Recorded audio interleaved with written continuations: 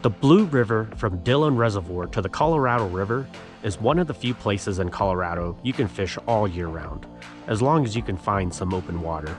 On a beautiful bluebird winter day, I headed out to see just how much snow and ice had taken over, and whether this stretch was still fishable this deep into the season. What I found was surprising. From Silverthorne all the way down to the Colorado River, the river looked wide open. Snow was barely ankle deep, ice was scattered and thin, and conditions looked way better than I expected. It was shaping up to be a perfect day to try and sneak in a few winter trout into the net.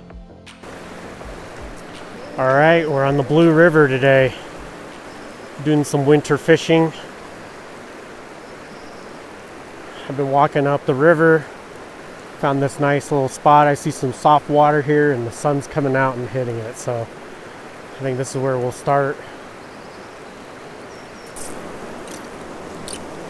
This spot doesn't look as amazing as it did from back there, but we'll give it a shot. It's a little shallow here is all. I'm using a little bigger tippet today. They just increased the flows on this river, so it's not too clear. Going with my normal Perdigon point fly and starting with a Black Beauty on the dropper. Going with 4X tippet. Gonna try 4X tippet for now.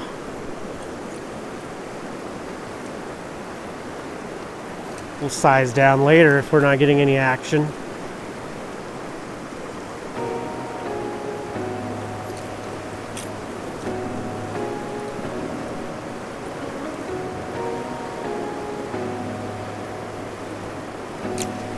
There's one.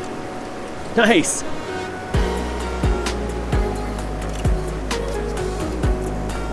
This guy's not too bad either.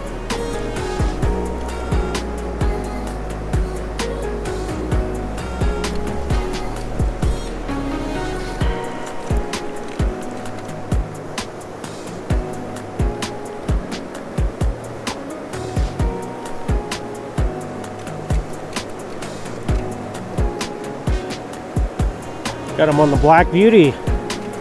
Sweet. Ooh, it's a decent fish.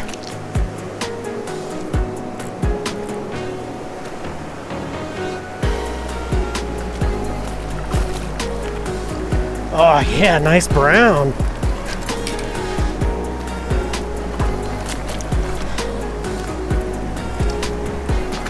All right. Got a lot of moss on here. All right, check out that fish. Yeah.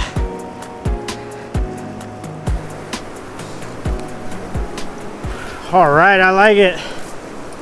I like it when I can catch a fish within the first 15 minutes.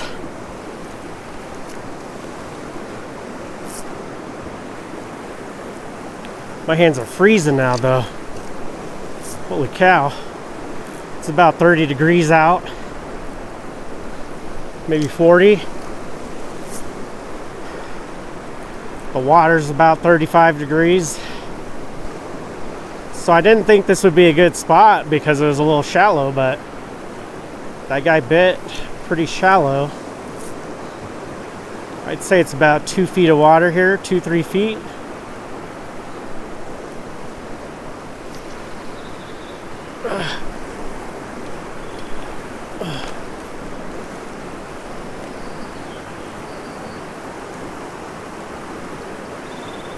Dang, I thought that was a giant fish. I think I just caught some moss. Yep.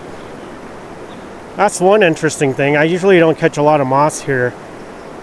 Today I've been cleaning off my hooks every other cast. So I'm definitely getting deep enough. Now that I moved upstream a little bit, I caught that fish right about here. I can see there's a big old rock structure wall right here. He's probably sitting right behind it, waiting for food. So we'll try to find some similar spots.